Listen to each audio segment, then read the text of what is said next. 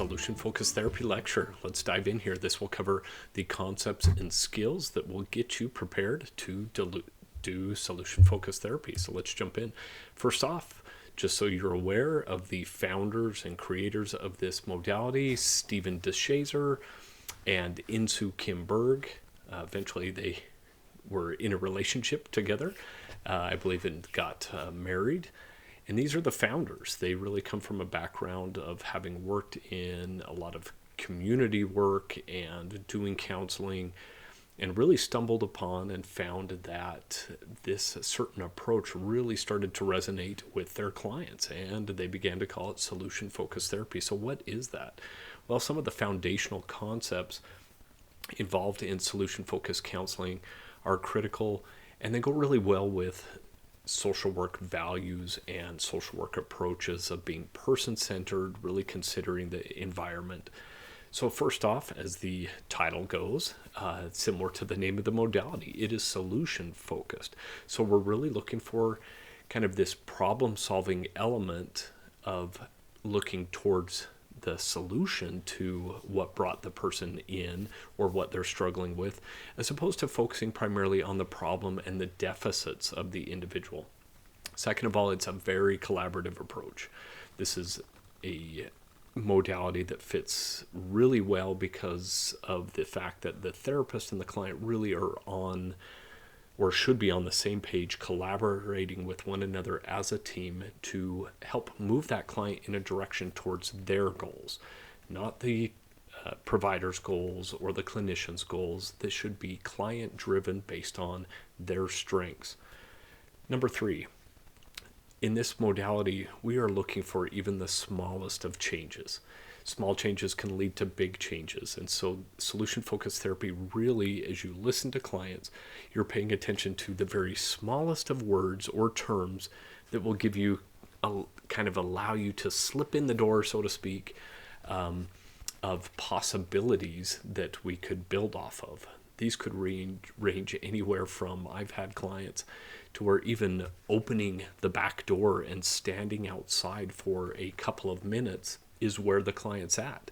Now that might seem minuscule and insignificant to any other counseling, but to solution-focused counseling, even standing outside or opening the door to let some fresh air in, to open the blinds to let sunlight in, that's what we're talking about when we say small changes. Even if it's just very, very minor, that's what we're looking for. And growth can start from that. Number 4, the emphasis is on the process. So we are really looking at slow, meaningful steps, or small, meaningful steps, better said, as a process to build on. That solutions are not necessarily a problem solving where it's just one approach or one intervention and done. This is typically a series of steps that the client then begins to build some self-confidence, empowerment, to where they start to feel like they can move ahead and they are accomplishing this. So it really is a process. This next principle of strategic eclecticism. So this really does involve the fact that solution focus is great as a standalone modality. However, it really is, the approach is definitely more short-term brief therapy. This model is, I would say, a handful between 6 to 8 sessions is really kind of the sweet spot for this modality, if not even sooner, maybe 4 to 8. Longer than that, I think the modality starts to repeat itself so much that I think progress starts to get bogged down a little bit. And so strategic eclecticism really is this idea that solution focused is a great approach and has so many skills that can be integrated into other modalities to enhance them, to accent them. So really strategically gaining these skills and mastering these is critical as a foundational approach as a clinician going through grad school and going out into your career. This is one of the very first modalities that I love to teach students, and that I use personally, 20 plus years into the field. I use these concepts and skills still every session that I'm with clients. So Number 6, as I mentioned, this really is brief by design, but not always. It could extend longer, past 4 to 8 or, 6 to 10. It could go longer. However, like I said, the skills would end up kind of repeating so much that it may kind of have the wear and tear on the client and the clinician to feel like you're getting bogged down with the same process over and over again, to where it might get kind of tiresome. And number 7 is responsiveness to diversity. So one of the greatest aspects of solution focused is this idea that no matter really what the population you're serving, it could be differences, racial differences, ethnic, cultural, language, you name it, religious, you name it. The solution focused, the name implies that you're really focusing on the solutions coming from the client. So really the practitioner is not in charge of having to know all of the cultural competency or all of the elements of the other culture. In fact, it really does take a kind of what's called a curious stance, to where as part of the modality is to be curious of the other person's culture, of how they would approach the issues that that the client's dealing with. So you're actually asking them and kind of extracting information from them of, given your maybe race, ethnic background, culture, language, whatever it might be, community that you're in, what is it that your community draws from? What strengths, what skills, what are some of the cultural factors that need to be considered for you or as part of the change process? And you let the client explain to you as a clinician what those are, rather than you having to come into the session going, boy, I just don't know about this particular population or culture or background. So that's really the beauty of solution focused counseling. There's 3 types of clients that Stephen DeShazer and Insoo Kim Berg really kind of came up with, this idea of knowing who's sitting in front of you. That way the approach that you take with solution focused is appropriate for each one of those. Now, I made kind of a little silly video that I will be posting that's kind of fun, that explains some of these. But in a nutshell, visitors really, as the name implies, they're really kind of coming to counseling more with the attitude of visiting. They're really not invested in staying around. They really don't consider themselves as even really needing to show up. They're actually in many ways kind of forced to be there or requested to be there. It's not something that they wanted or are willing to really do. So it's important to know those type of clients, so that you don't push them too hard, so that you don't really, demand things of them that they're not ready to do. The second client is the complainant client. This is kind of the middle of the road client. They are beginning to recognize the issue that's before them. They know it's a problem. They know that, counseling is probably necessary. The thing about these type of clients is they struggle to know their role, or kind of have insight into their role into or as part of the problem. So they're, somewhat invested, but they're not quite sure, what their role is. In fact, sometimes it's, to please the other people that brought them in, or the other people maybe need to change and that would benefit them. So they're kind of this middle of the road client that is this delicate sort of wanting to push them a little bit, but not too much to where they don't come back, because they really don't feel, a complete investment into the change process yet. And finally, the customer. The customer is ready to buy. I mean, this is kind of a person, to use an analogy, like a person on a car lot they are ready to change, they're ready to purchase, and these are the clients that come in and they are seeking counseling, usually voluntarily, because they want to change. They're ready to make the effort, they're ready to do homework, all of those things that this type of client, they're really kind of the ideal counseling client. So we want to keep track of who's sitting in front of us, so we know how to approach them as a counseling, as an individual seeking counseling.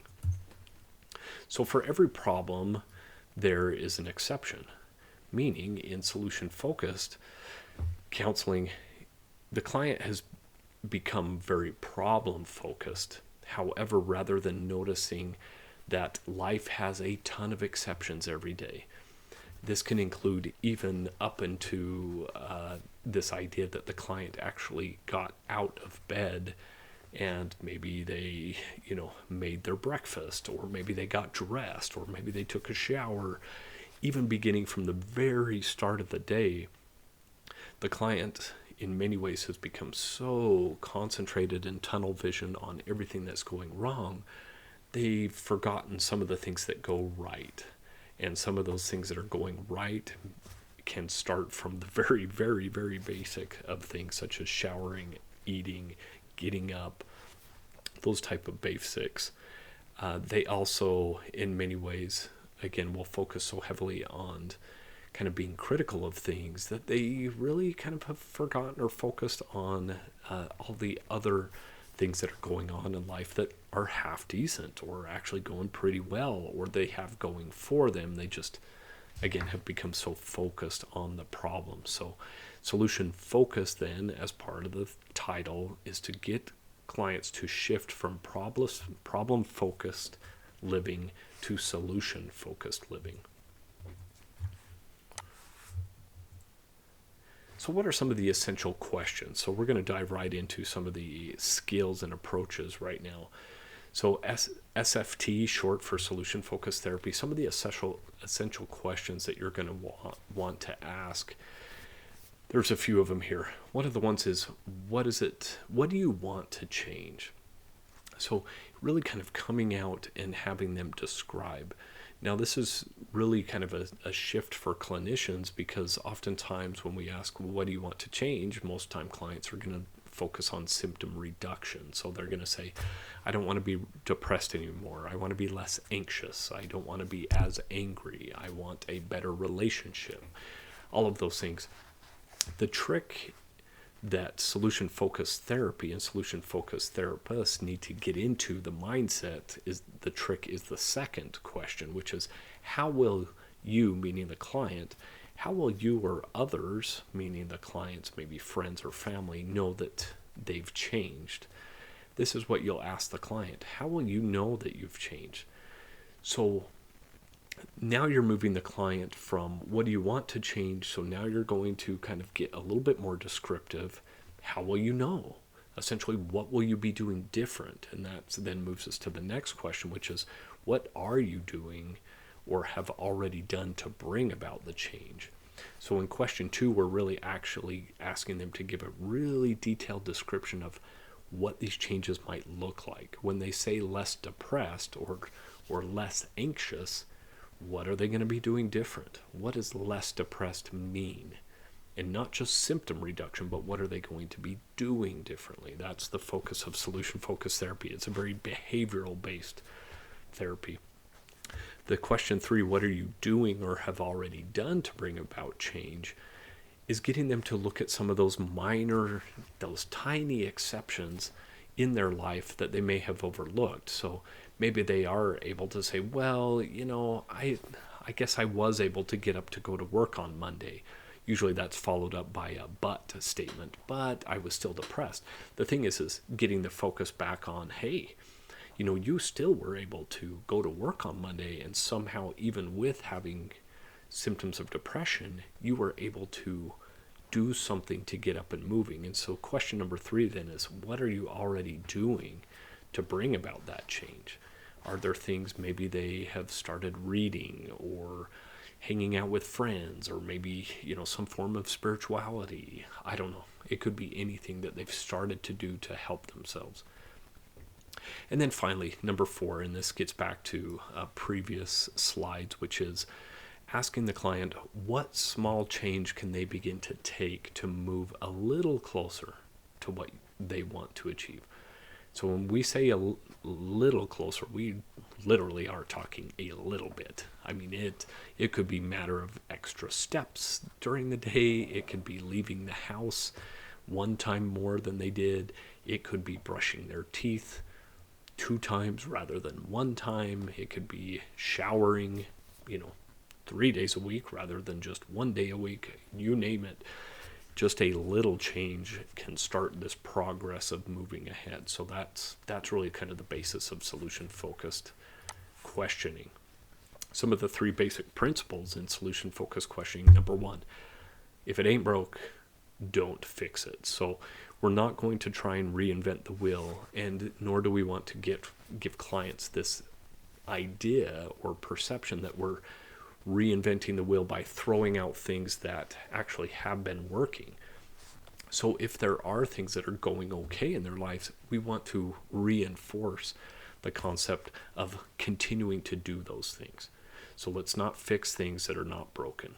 Number two, if it is working, do more of it. So let's say they did shower 3 times this week and felt a little bit better, or felt a sense of accomplishment, or at very least they showered 3 times, which is better than 1 time. If it starts to work, we're going to encourage them and reinforce that behavior by empowering them and congratulating them and wanting them to do more of it because what it's doing for them in their lives.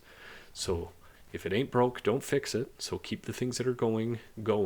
And then if it is beginning to work, or if it does work, we're going to emphasize to do more of those changes. And finally, number 3 then is kind of the inverse of those, which is, hey, if it doesn't work, we're going to stop that. We're going to do something different. The key word in solution focus that's often used is do something different. So we're going to kind of really phrase it as that didn't work, in the sense of, somehow like saying that they somehow were a failure or bad for doing those things. We're just going to admit or accept, like, hey, that just wasn't a good fit for you. It just didn't seem to work. So we're going to put that off to the side, and we're going to do something different. So we're going to stop those habits that are not working. And that'll come into play a little bit later. So it's getting the client also to begin to recognize what's not working, and we're going to stop that. Solution focused therapy then also asks clients to envision something different and work to create it. This really is, to use the term, this really is the beauty of solution focused. It's getting people to envision what the future will hold for them if they make these changes, or when they make these changes. I've said throughout my career in counseling that if the mind can't go there, it's going to be very difficult for you as a clinician and the client to make any changes, because the mind really does like and is very helpful when we allow it to at least imagine and think through what changes might look like. An example of this might be, maybe you're talking to an adolescent in high school about maybe they say something about maybe they want to graduate. Even asking them to envision, what does it look like to graduate? Have you imagined yourself in a cap and gown? Do you imagine yourself going to graduation, walking across the stage, getting the diploma, what the look might be on your face when that happens? That's the type of detail that we're talking about with solution focused therapy. It allows the mind to create almost this movie of what can happen, which is great. You find this a lot with professional athletes, artists, musicians, where they, in their mind, they mentally play out what they want to do, which allows the mind, almost kind of like muscle memory, to begin to allow themselves to imagine that they can do it, as opposed to not even picturing what a future might look like. Over here on the side, the little quote, you can't start the next chapter of your life if you keep rereading the last one. And that's really kind of what most clients do, is they get stuck rereading and talking about problem-focused things from the past, the rereading of the chapter, rather than looking at the blank pages that lie ahead and what can they fill those blank pages with, and then having them describe those. That gets into then good old Bob Ross. So solution-focused therapy and questioning really is all about describe. Just as Bob Ross does a genius work at describing, hey, this little tree or this happy little river over here. he's all about description, and that's what we need to get our clients in the habit of doing, is describe what changes. We don't accept, as clinicians, at least I teach my students, we don't just accept this idea of, well, I want to be happier. Well, that sounds great, but what does that look like? What does happier look like? And you're going to kind of push them. And they said, well, I'll be doing things different. Well, okay, great. So tell me, what are the differences? What would you be doing differently? And so you're kind of gently, pushing, probing, asking them to describe.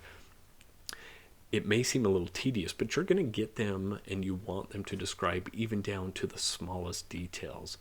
So if they use, hey, I want to get more active. Okay, great. That sounds wonderful. Make sure you validate, empathize. What is it if I were to watch you become more active, or if we were to record a video of you becoming more active, what would I be seeing? Well, I'd be going to the gym. Great.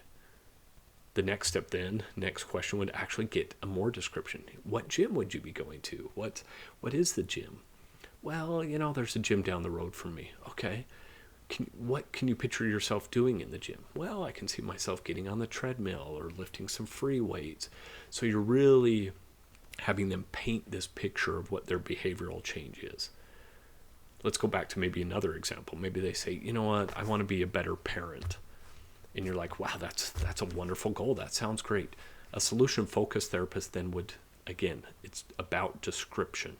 You're going to ask them, okay, so in your mind, what does a better parent do? What is it that you want to do as a better parent? Well, I want to spend more time with my kids. Okay, that sounds great. Now you're going to go even further, one level down. Okay, so if you want to spend more time with your kids, what would you be doing with them? What is it that you would like to do? What is it they would like to do? Well, maybe a family movie night. Great. Here we go again, another layer down. When would that happen? What's the best night for you guys? What type of movies do you watch? Well, maybe on, Fridays, we could watch a movie, and, we like Disney shows or whatever they say. You can even ask them, can you imagine what it would be like on that Friday night? Is there popcorn? Is there some candy? Are you guys... Again, you're really getting them to describe this way, because the better they can describe it, the more they're into this description, I would say the more likely they can create that now that they've gone there mentally. That's the beauty of solution-focused. As I say here, if the client can't picture what change looks like, a therapist won't know what it looks like, nor how to get there. Sorry for the spelling errors there, but it really is this kind of mirage feel that if you go into counseling and the client can't create a picture or begin to come up with the details, it's going to make your life as a therapist and as a counselor so much more difficult. And it's going to be difficult for them because they don't have an idea of what change means to them. So you won't know how to help them get there if you have no idea what that means. You will naturally be going off of your own biases of what you feel they could or need in their life. So it's kind of what I term as the mirage factor, in that, if they don't know what that looks like, you're going to be wandering through the desert thinking that you're headed in the right direction, but not even really knowing when you get there because you haven't described it. The next thing I've kind of titled throughout my career is this idea of the clay pigeon effect. It's kind of a funny thing, but throughout my career, what I've found is that if we shift from solution-focused mode, which is we're going to be drawing out solutions based on what the clients come up with, not what we come up with as clinicians. If you start as a clinician to offer suggestions, you're probably going to experience this clay pigeon effect, which is like a client with a shotgun shooting down all of your ideas. If you start problem solving, you'll find that every idea you throw up out there, like one of these clay pigeons, the client's going to shoot it right out of the air. So if, for example, the client says, Well, I'd like to become more active. And so, as helping professionals, we immediately jump in. Wow, okay, have you ever considered maybe going for the gym? No, I can't go for the gym, it's too expensive. So, they shoot it down. Well, how about going out for a walk? You can go for a walk. No, it's too hot outside. I can't walk when it's too hot. Shoot. And then they shoot that one down. Well, maybe you could do something at home. Maybe there's some free weights. No, I can't afford those, or mine are broken. So all of a sudden, when we shift from drawing solutions from the client into us giving them or suggesting activities, the vast majority of clients will end up in this kind of shooting clay pigeon sort of activity where everything you throw out there, they shoot down. And what's even worse is when they come back, if they have agreed to do one of your suggestions, they come back, and most likely outcome is they'll say it didn't work for them. So then the blame's on you as a counselor that it didn't work because it was your idea. So that's again the genius of solution focus, is they really can only blame themselves if they come up with their own solution that doesn't quite work. That's something they have to take responsibility for. But if you give them the solution all the time, they can easily just come back and say, you know what, that didn't work for me, or you were wrong, or it didn't have the effect that you told me to. So solution focused is also like dancing. So I can't help but think that in solution focused, you're really stepping together with the client. You're not pulling them, you're not pushing them through therapy. You're really going to where they're ready to go. So you are kind of dancing along with them. You're gliding with them, using their own solutions based on what they've gone through in the past, what has possibly worked in the past, what is going okay in the future, drawing from their personal strengths, qualities, and traits that we can draw from to then help them find solutions that maybe they haven't thought of before or that they're willing to do.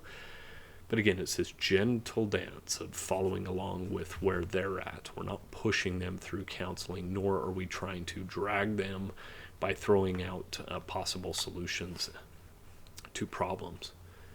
So let's practice some goal setting questions. So here we go. Let's dive in to practicing. So some goal setting questions might be, for example, number one, what would you like to see happen by the end of the session today? And by doing that, you're going to try and, again, get them to give you an idea of what they want to see accomplished in the session. Not what you want to see accomplished, but what they see happening.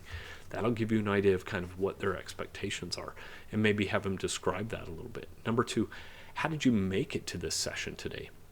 So what that question does is tap into some of their intrinsic motivation or even extrinsic motivation of what brought them in today and how did they make it. What's interesting is those folks individuals that say, oh, I'm so depressed, I can't do anything, I'm not motivated, and yet by asking them, well, yeah, that seems really difficult. How is it that you made it to the session today? Because you're telling me that things are really, really tough. Obviously getting here today, you were able to tap into something about today, in making it to this session, you were able to accomplish it. So how did that work? And get them to describe, what is it about them? Did they talk themselves into it? What were the exact steps that got them out the door?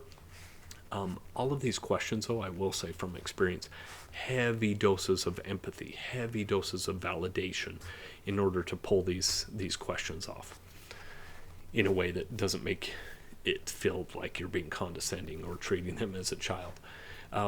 Number three, what have you tried that has helped and what has been useful? So here again, you're getting at what are some things in the past they've done or used to really help them out, and you're going to start to draw from past experience.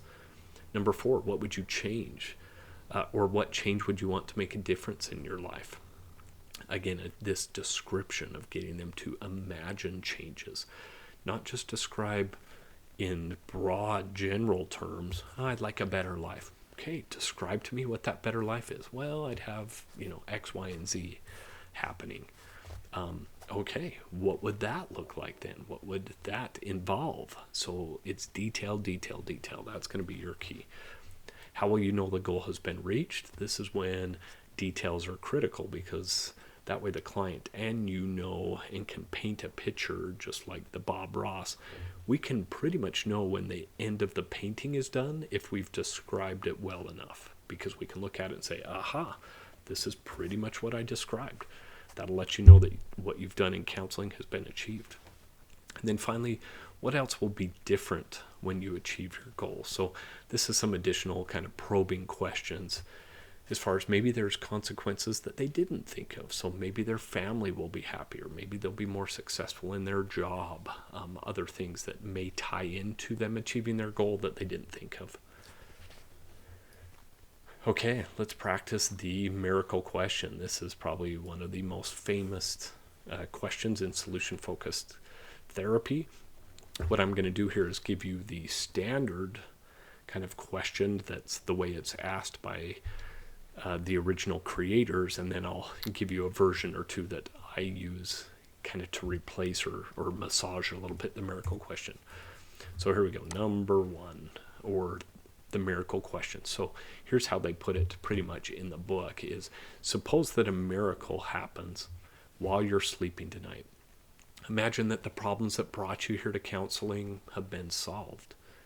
However, because you were sleeping, you didn't know that the miracle happened. So when you wake up tomorrow, describe what you would be doing differently that would tell you that the miracle happened and that the problem had been solved. So you're really kind of asking this client to picture this new kind of miracle. You're getting them to really open their mind to the possibilities, and asking them then to describe that, okay, they got up the next day, let's imagine this miracle happened. That the key is imagine that the problems that brought them into counseling have been solved. Not that this is some genie in a bottle or they won the lottery. These are the things that brought them into counseling. What would be different? And have them walk through a description of what would be different if the problems were now solved or had gone away. And you're going to ask them to describe, even from the very beginning, of what is different with them. What's different in their day, what's different in their language, their attitude, their facial expressions, their interactions with others. That is the essence of solution focused. You're not just going to quickly accept, oh, this happened, this was the change, I'm happier. That's not enough. Don't accept that. If they say, well, I'll be happier, again, you're going to gently start to probe. Okay, so happier. What would you be doing if you're happier? What would your interactions look like? How would your thoughts be different? How would work be different if you were happier? What would you be doing at work to show you were happier? You really have to become very expansive and detailed on this. Now, there's a hint down here. If the anxiety and depression were not affecting you anymore, similarly, what would you be doing differently? And so part of the thing that I found over the year is not leaving it wide open, as is mentioned in the first part of that question, which is imagine that the problems that brought you here to counseling have been solved. Well, they might go off on a tangent of, well, I'd be a millionaire and I'd have a brand new car and my wife this, or my kids that, or my husband this, or my partner that. You really want to keep it to kind of the problems that brought them into counseling, such as, if the anxiety and depression you were struggling with weren't affecting you, what would you be doing differently? And get them to go through that description. Okay, scaling questions. This is another solution-focused approach and technique. What you have the client do typically, so I'll give you an example of this. I just completely forgot. Let's go back to the miracle question. I was going to mention what I do as far as the miracle question. So one of the things, instead of saying miracle occurred and you were sleeping tonight, people kind of get lost in the wordiness of this approach. And so sometimes I will say such things as, if you were to be kind of recorded by a camera throughout this next week, that would show you changing, or the changes were occurring this next week, what would I be seeing differently on the camera play out? What would I notice about the way you're behaving, the way you're acting, the way you're speaking throughout this next week? Or if what you came into counseling that had been resolved, your depression and anxiety were no longer an issue, what would I see on the camera? What would be happening differently? So I kind of changed the whole miracle thing into what would I be seeing on a camera or a video.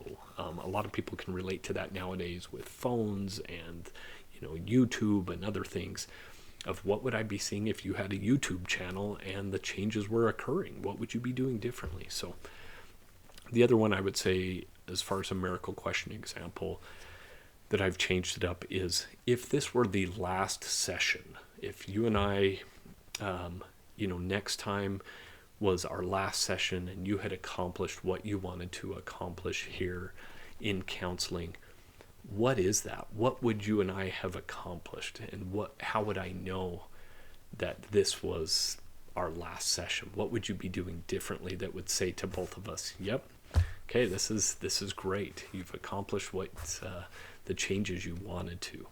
What would you be telling me that you're now doing that you're not doing right now? So that's another adaptation to that. Now, let's go to the scaling questions. Typically, you have clients scale from 1 to 10.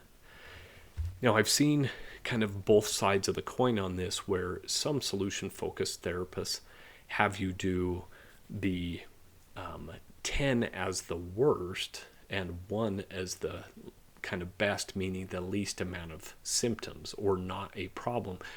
And the rationale from that, from the creators, is that, and some practitioners, is the mindset of the human mind or clients is it seems awful difficult sometimes to climb a ladder or climb towards what they consider perfection at a 10 than it is to focus on moving down and the symptoms and the issues lessening. So that's kind of the kind of different ways to approach scaling from 1 to 10, and they call it scaling. So for example, you might say, on a scale from 1 to 10, how intense is your depression? Is it a 10, meaning you probably need to be in the hospital, it's so overwhelming and you just cannot deal with or cope with life anymore? And 1 is, there's really very few, if any, problems that, if something comes up, it's not that big of a deal. You're able to easily handle things. Where do you find your number is at? And if they say a 6, then you can say, okay, wow, you're at a 6. Okay, so you say you're at a 6. Here's how you use the scaling question in solution-focused therapy is you usually have them examine what a number higher than that would be like and what a number or 2 lower would be like. So if they say, I'm at a 6, you congratulate them and say, wow, okay, that's right around the middle. So yeah, that's something we can work with. Why are you at a 6 and not at a 7? What's going on that is making it less intense than what you would be at a 7? So what are you doing that keeps it at a 6 rather than something more significant at a 7? So they might be able to tell you, well, I'm a little bit more active, I'm eating a little bit better, or I'm showering more, or I'm hanging out with my friends a little bit more, something to that effect. Or maybe I'm not as negative as I used to be. And then the opposite side of scaling then is to go down a couple of numbers. So in that regard, you would do something to the effect of, so you say you're at a 6, which is great. So what would it look like? What changes, what would you be doing differently if you were at a 5 or maybe even a 4? How would we know that things are getting a little bit better, even just a little bit better, that would move you to a 5? What would a 5 look like? And they'd be able to say, well, maybe I would get out of the house an additional time a week, or maybe I'd spend a little bit more time with my friends, or maybe I would clean my house a little bit more, something to that effect. So scaling questions is looking at both why it isn't as intense and what does just a slight improvement mean. These are great questions. Here are some of them. As I said, on a scale from 1 to 10, You can also flip that around. I've had students and even myself kind of flip it around to 1 being the worst and 10 being the best. It really kind of depends on your style. Number 2, how did you manage to do that, to be at that number? As I said, you're really probing, how is it that you got to this number? Why are you not at this number? And how can you possibly get to this number? So it's this interesting sort of processing those differences in the scale. If they have a difficult describing kind of from an internal view of how they view what changes might look like, you can go to question number 4, such as, well, what would your friends or family say?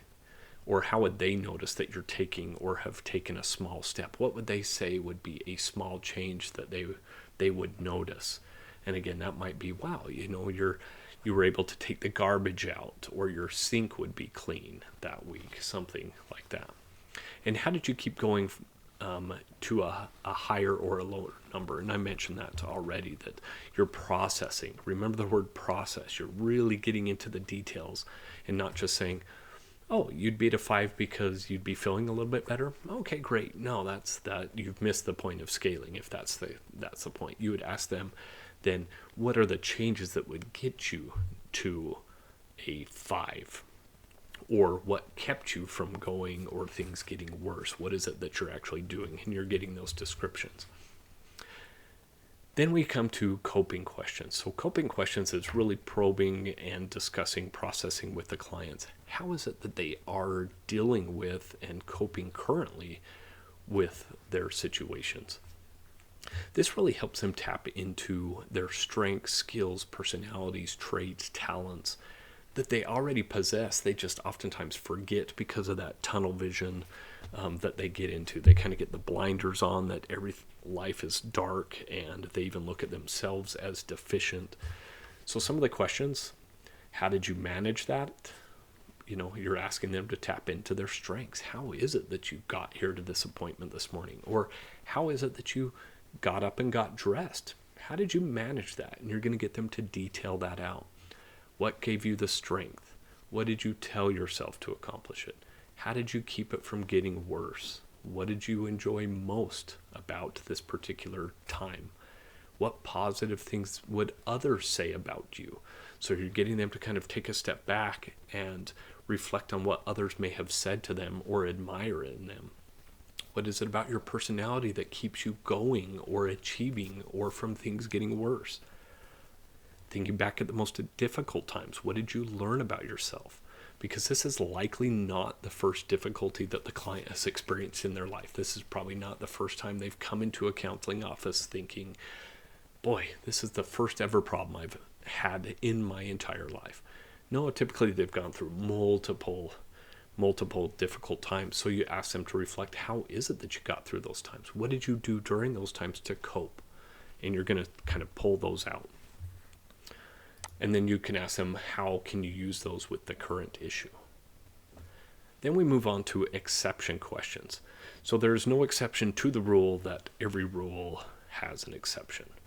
So in solution focused, we are really kind of extracting this idea that every problem really has some form of exception buried within it. Something that's happened has some element that we can say, well, wait a second, there's an exception to this. Was it always this way?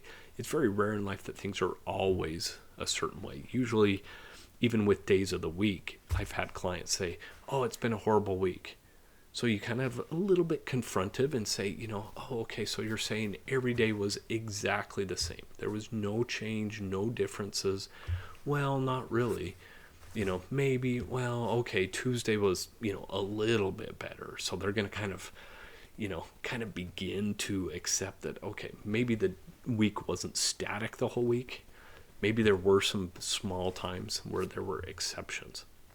So you would get at that with some of these questions. Tell me about a time when you didn't feel X, or tell me about a time when you felt this way. What was it about that time that made it slightly better? Or what has gone better, even if it's very small? What else has helped? You're going to kind of really use all of these questions on the screen here to help them find exceptions to what they have felt is now the rule, which is, problems are the rule. All right, everybody, that is solution focused therapy. Please be sure to revisit some of the techniques, the questions, the approaches used in this wonderful framework. It certainly served as a foundational approach throughout my entire career up to this point. I still use it as part of the modalities and frameworks that I incorporate into my practice with my clients even today. Take care, hope you enjoyed, and we'll see you soon.